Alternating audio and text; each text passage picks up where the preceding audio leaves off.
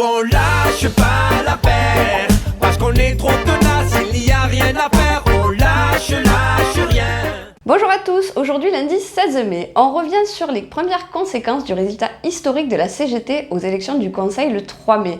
Les réactions de la direction ne se sont pas fait attendre, vous allez le voir. Lors de toutes les élections qui ont eu lieu dans l'organisme sous forme de vote électronique, la direction s'est toujours montrée défavorable à une consultation de la liste des votants en temps réel. Or, suite à nos bons résultats électoraux, celle-ci a mystérieusement fait volte-face lors de la dernière journée de négociation pour les élections du CSE qui auront lieu en septembre, en autorisant cette consultation. La CGT est opposée à cette décision qui a forcément pour but de mettre des coups de pression aux indécis ou potentiels abstentionnistes.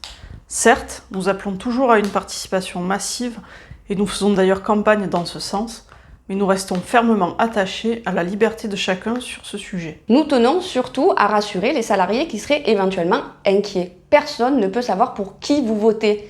Là-dessus, l'anonymat du vote est garanti. Nous sommes très attachés à la sincérité du scrutin et contre toute forme de pression. Oui, car on sait que la direction fera tout ce qui est en son pouvoir pour tenter d'empêcher la CGT de devenir majoritaire aux élections du CSE en septembre. Et oui, la CGT est la seule organisation à se positionner clairement contre les restructurations, les mutualisations, les embauches précaires et la dégradation des conditions de travail. La direction se sait en difficulté et le directeur lui-même l'a donc annoncé dans une interview de la Provence le 11 mai où il a reconnu les chiffres catastrophiques de la plateforme téléphonique. Pour autant, aucune remise en question de la politique actuelle, là où la situation nécessiterait des investissements massifs et l'embauche pérenne de personnel.